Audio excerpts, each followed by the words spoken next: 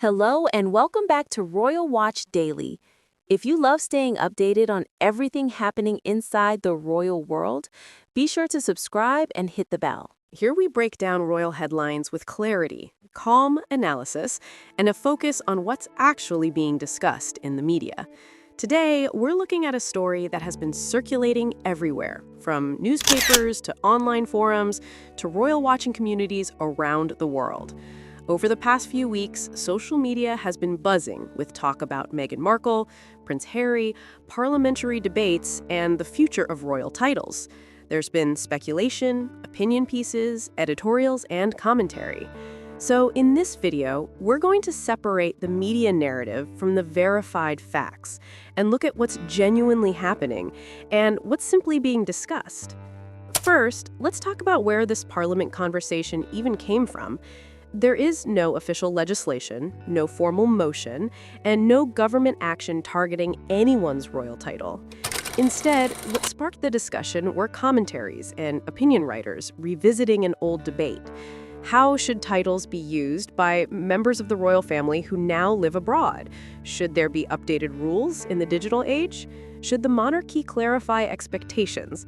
These are questions, not decisions. And as is often the case, a single editorial can ignite a wave of headlines that make everything sound far more dramatic than it is. At the same time, Prince William has become a central figure in these discussions, largely because the media has increasingly portrayed him as someone stepping into a more protective, more assertive role. This doesn't come from anything Kensington Palace has said. Instead, journalists and commentators are interpreting his public tone, his speeches, his approach, his growing responsibilities as future king. In royal reporting, even silence becomes part of the story. Analysts read body language, behavior, and public interactions, trying to understand how William navigates sensitive family and institutional issues. Whether they're right or wrong, this interpretation has fueled the narrative. Meanwhile, King Charles finds himself walking a very delicate line. He must balance tradition with modern expectations, public opinion with family unity, and constitutional duty with the realities of contemporary media.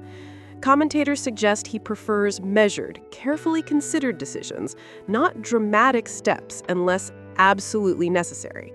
This isn't based on private information, but on his long public history, a slow, steady approach to modernization and reform. So, naturally, when the media speculates about tension or pressure, it often reflects the challenges of leading a centuries-old institution in a world that changes by the minute. And then, of course, there's Meghan and Harry, a couple that continue to generate enormous global interest. Their supporters are vocal, their critics are vocal, and the media knows that anything involving them attracts the tension. This is why so many outlets push commentary, opinion pieces, and analysis about their roles, their presence in the US, their projects, and their connection to the monarchy. But it's important to remember that media attention does not equal royal policy. Headlines and reality are not the same thing.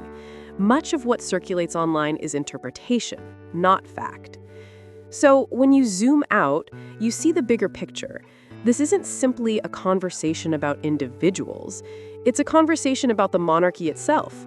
The institution is evolving. Expectations are shifting. Social media has changed everything. What used to be private is now public. And what used to be simple tradition now exists under global scrutiny. Every debate about titles or roles becomes a symbolic debate about what the monarchy should look like in the 21st century. This is also why these stories can feel so intense. Royal news doesn't spread because of what actually happens. It spreads because of how it's interpreted. One columnist writes an opinion, another responds, social media reacts, and within days, a single discussion can feel